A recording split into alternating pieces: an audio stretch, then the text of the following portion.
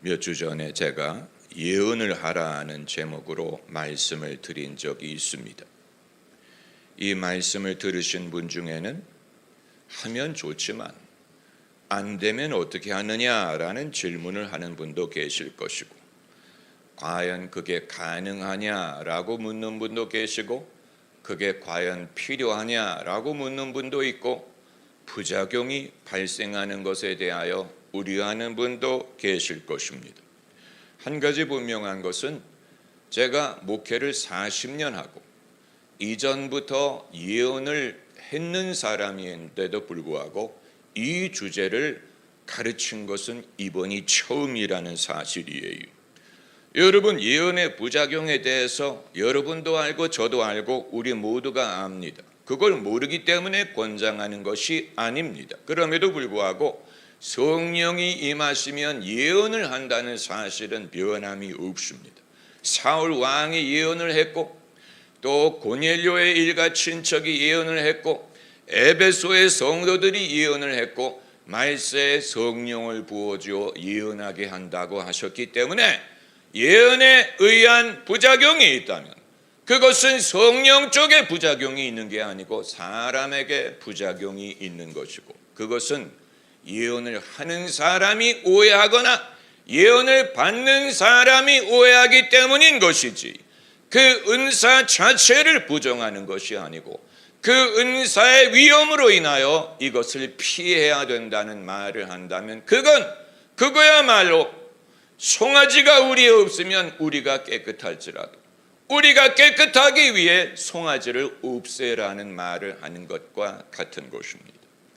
제가 이전 교회를 개척했을 때 예배 후에 안수기도를 해주고 예언기도를 해주었는데, 그것이 소문이 나서 여러 사람이 예언기도를 받기 위해 앞으로 나와서 수십 명씩 나올 때가 있었어요.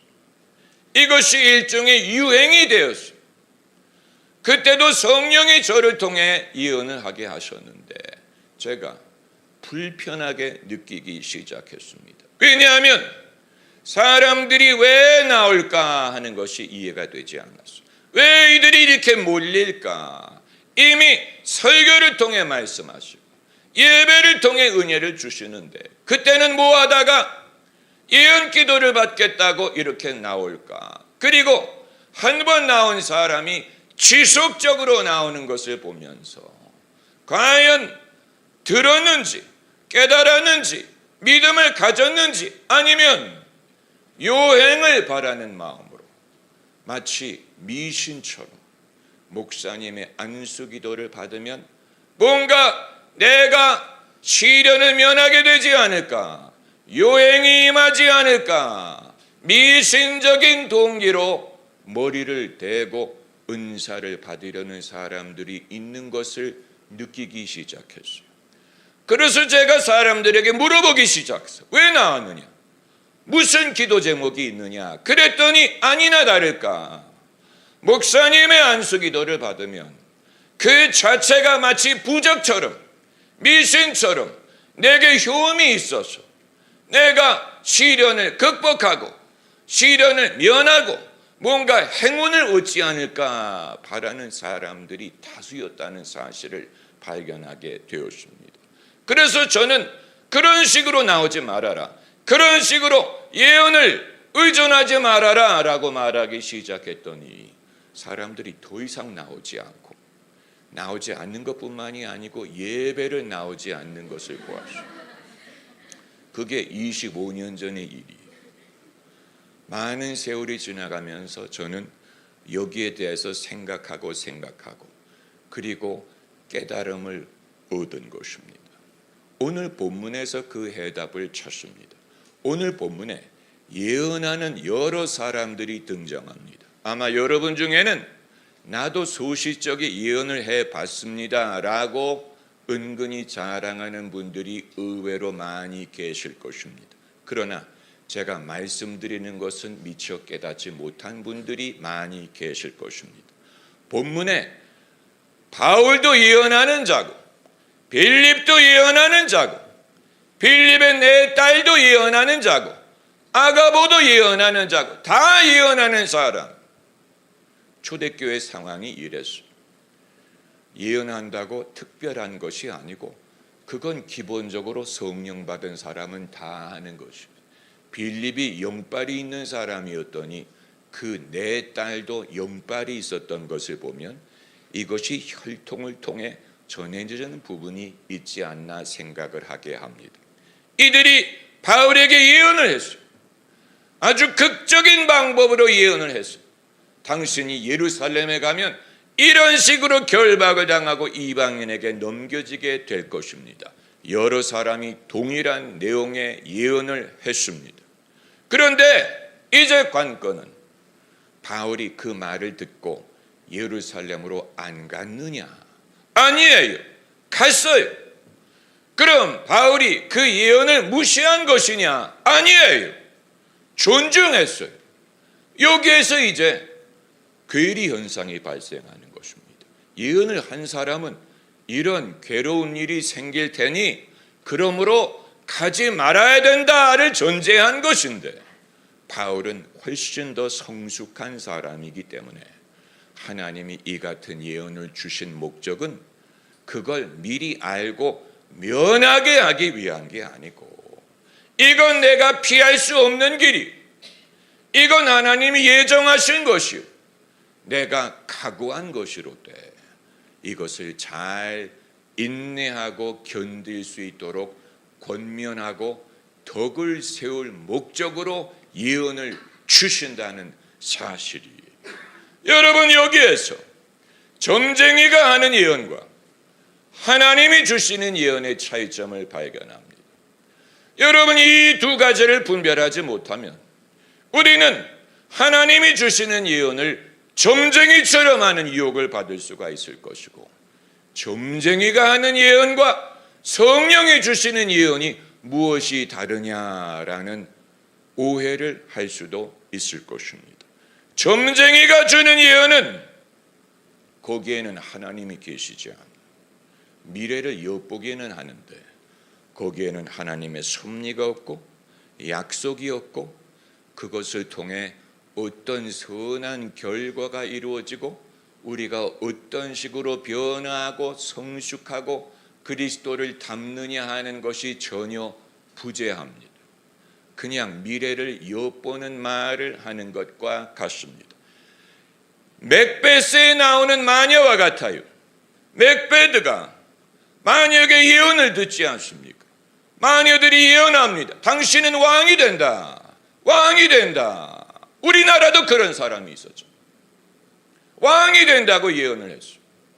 그러나 여러분, 그건 하나님으로부터 온 예언이 아니었어요. 맥베드가 정말로 왕이 됐어요.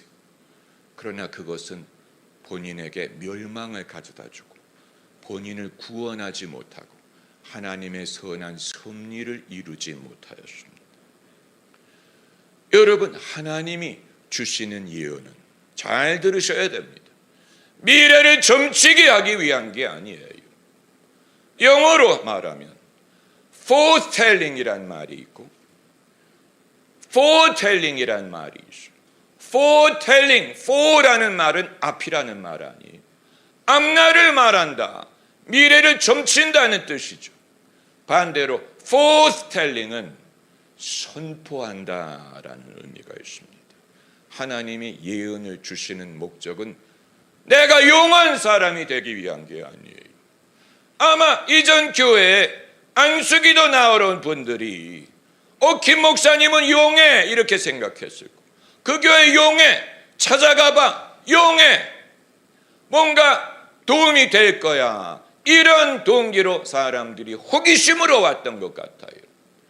그러나 그건 하나님의 의도와 달랐기 때문에 만일 제가 그것을 지속했다면 이들의 믿음에 도움이 되지 않고 오히려 미신적이고 의존적인 사람을 양선했을 것입니다. 그리고 그것은 하나님의 뜻이 아니에요. 하나님이 본문에서 이 여러 선지자들을 통해 예언하게 하신 것은 바울의 앞날을 foretelling, 점을 쳐서 이 시련을 면하게 하기 위한 게 아니에요. 다만 예언을 하는 사람들이 그것을 몰랐을 것 같아요. 그렇기 때문에 가지 말라고 한 거예요. 바울은 이것을 알았어요. 그렇기 때문에 간 거예요.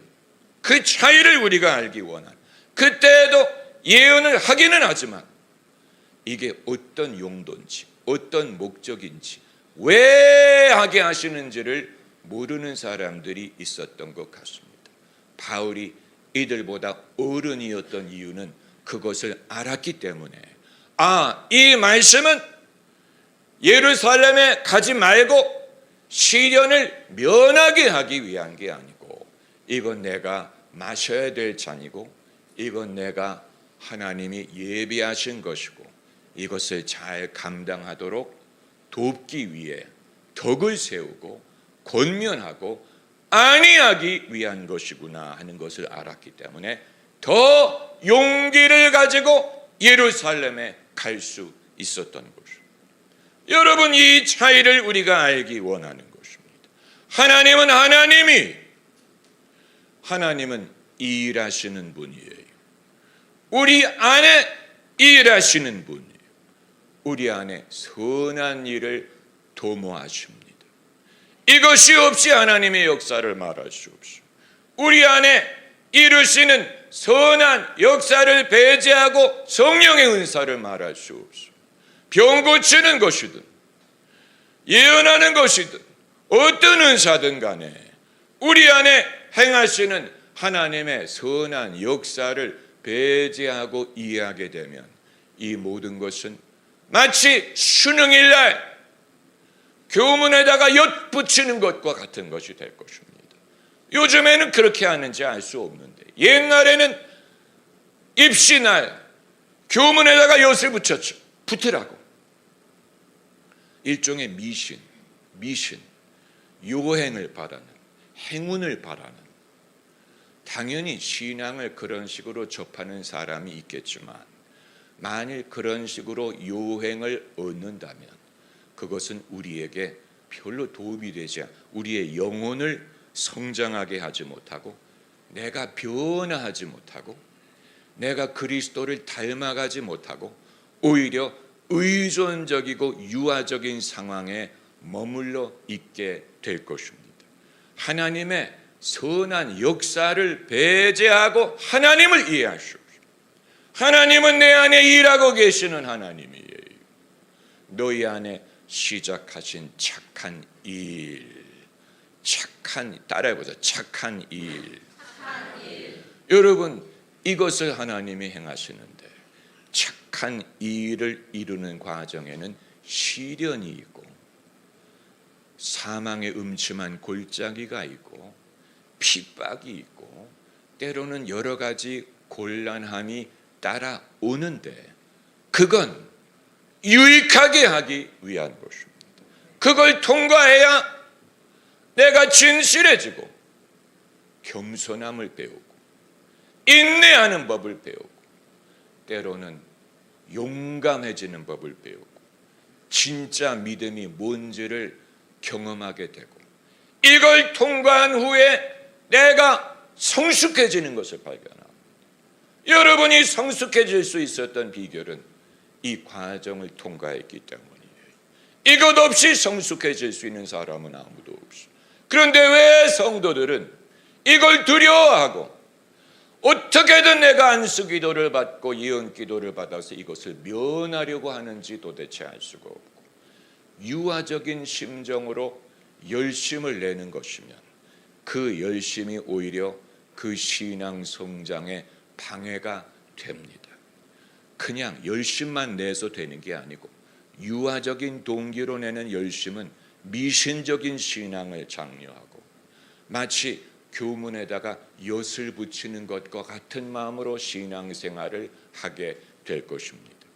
그때 기도받으러 나온 분들이 다 그렇다고 말하는 건 아니지만, 그게 일종의 센세이션이 되고 유행이 되고, 그것이 이 주 메인 동기가 되었던 것 같아요. 그래서 제가 불편하게 여겼던 것이 옳은 판단을 한 거예요. 제가 그때 분별한 거예요. 뭔가 이상해. 뭔가 불편해, 뭔가 이상해, 이대로 하면 안 되겠어. 그러나 저도 아직 지혜가 부족해서 마치 본문에 나오는 아가보처럼 예언은 하는데 하나님이 왜 이것을 하는지, 하나님이 무엇을 이루시는지를 제가 깨닫지 못했던 것입니다. 그렇기 때문에 예언을 받는 사람도 잘못 생각하고 예언을 하는 사람도 잘못 생각하고 있었던 것인데, 그렇다고 예언이 무효하냐? 아니에요. 예언은 유효해, 정당해, 옳은 거예요. 다만 받는 사람과 하는 사람이 이게 왜 주는지를 모르기 때문에 이상한 방향으로 부작용을 낳을 수 있었던 것입니다. 그러고 보면 제가 분별력이 뛰어난 사람이, 다만 그걸 증명하지 못한 것뿐이지. 뭔가가 느껴지는데, 분별이 되는데 이게 분별이라는 사실을 몰랐던, 그래서 내가 왜 이럴까? 내가 왜 주저할까? 왜 내가 마음이 불편할까? 내가 왜 기도받으러 나오는 사람들이 야속할까? 안타까울까? 증명할 수가 없었어. 이게 뭔지 알 수가 없었어. 그러나 세월이 지나고 그것을 깨닫게 된 것입니다. 믿음의 연조를 우리가 무시할 수 없는 이유가 여기에 있어요.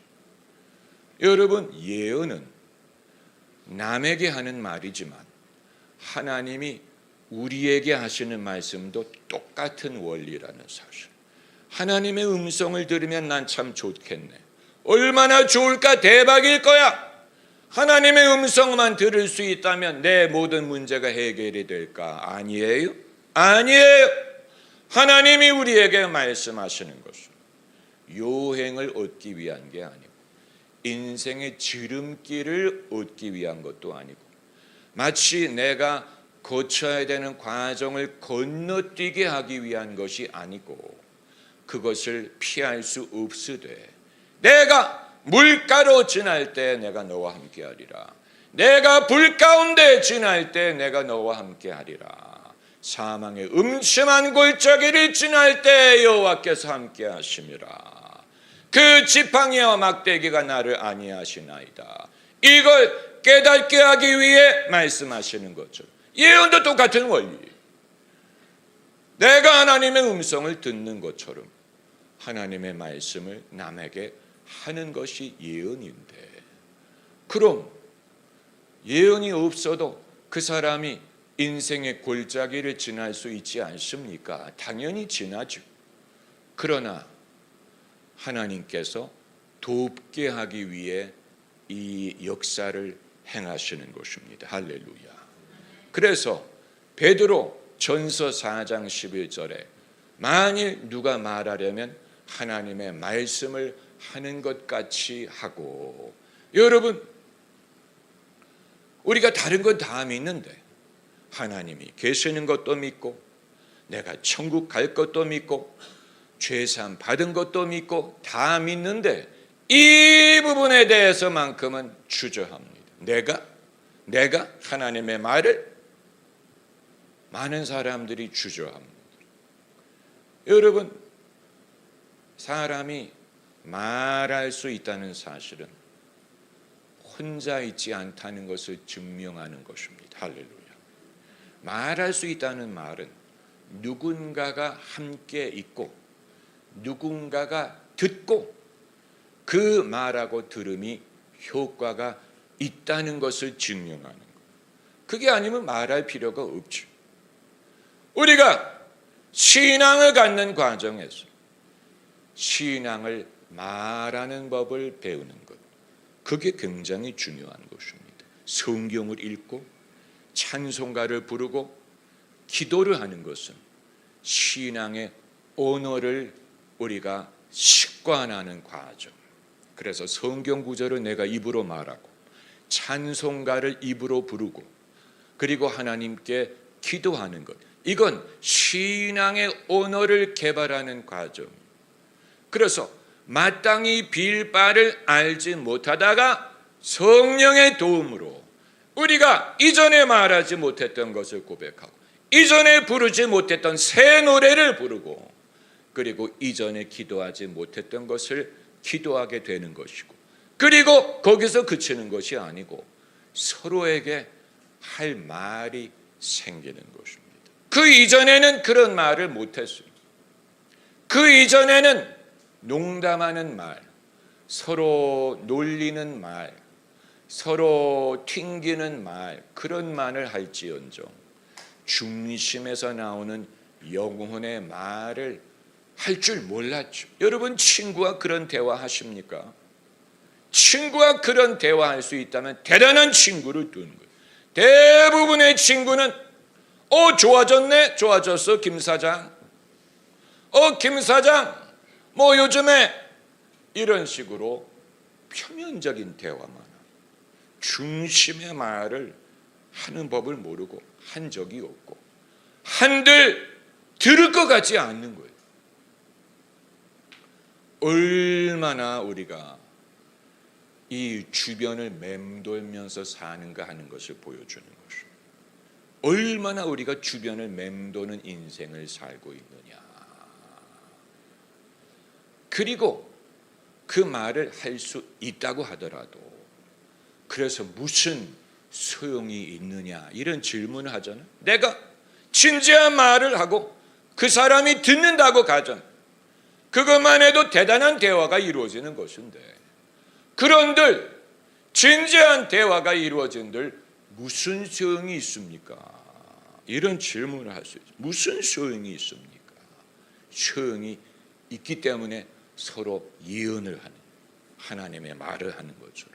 왜냐하면 이것이 덕을 세우고 권면하고 위안하는 역할을 하기 때문에. 덕을 세우고, 덕을 세운다라는 말이 그런 edify, exhort, comfort. 여러분, 한 가지만 해도 대단한데 세 가지 역할. 덕을 세우고 권면하고 위로하는, 안위하는, 위로가 되는, 힐링이 되는, 힘이 되는, 용기가 되는, 믿음을 북돋는 말.